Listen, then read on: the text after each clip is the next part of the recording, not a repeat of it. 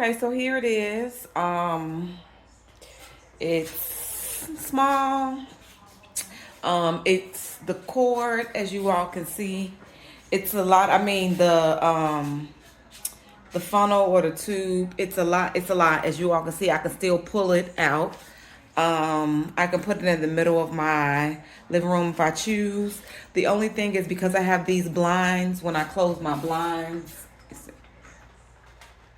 I got to figure out a way for this little gap here, but I'm not worried about that because I might just cut the middle blind and replace it in the wintertime. The only other thing is because my window is small, it has a little gap right there. So I just took the other piece and just kind of put it up there until I figure out what to do, as you all can see. But I put this joint together by myself. I always set the timer at night before I go to bed, as you all can see. It's not really loud. Of course, it's not going to be quiet because it's a machine. But I do set the timer at night. Here's the remote. Before I go to bed for like 2 hours, you can have, and that was on low. So you got high, low, cool, fan, dry, sleep. All these things, then you're gonna drain it when it tells you it's full.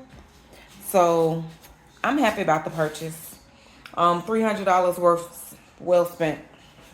Thank you, LifeMaster. Okay, so I work out here sometimes and needed something to cool down. It sounds probably louder on the video than it actually is, but this is fine. The only thing I had to do was cut this part to fit the window, which is to me a pretty normal size window. So just be aware that you're going to have to cut that to fit this thing. It's also probably could use a little bit more insulation, but overall it looks nice and the remote works really well. So far so good. At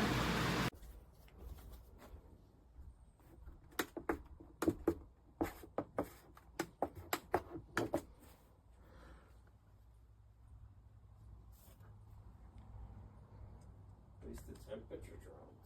So